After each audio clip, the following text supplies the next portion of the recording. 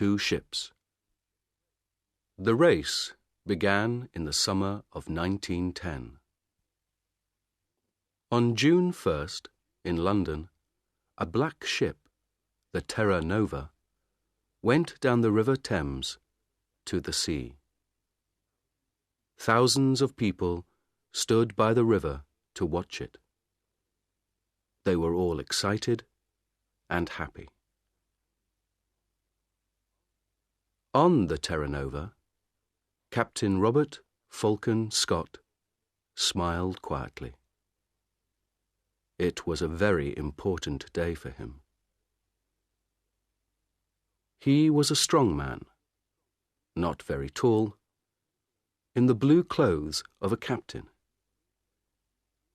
He was 41 years old, but he had a young face, like a boy. His eyes were dark and quiet. One man on the ship, Titus Oates, smiled at Scott. "What an exciting day, Captain," he said. "Look at those people. I feel like an important man." Scott laughed. "You are important, Titus," he said. "And you're going to be famous, too. We all are. Do you see this flag?" He looked at the big British flag at the back of the ship and smiled at Oates. "That flag is coming with us," he said. "In the Antarctic, I'm going to carry it under my clothes. We're going to be the first men at the South Pole, and that flag is going to be first, too." 5 days later, on June 6th, a man opened the door of his wooden house in Norway. He was a tall man with a long face. He waited outside the house for a minute. Everything was very quiet. He could see no houses, only mountains, trees, and water. It was nearly dark. The sky was black over the mountains. The man smiled and walked quickly away from the house, down to the sea.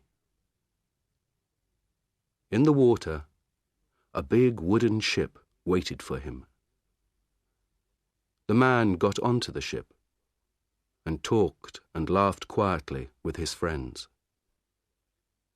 The ship's name was Fram, and the man was Roald Amundsen.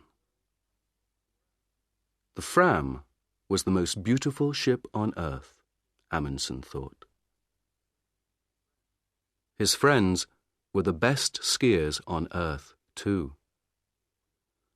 One of them, Olaf Bjaaland, smiled at him. "North Pole, here we come, Captain," he said. "Yes," Amundsen said. His friends could not see his face in the dark.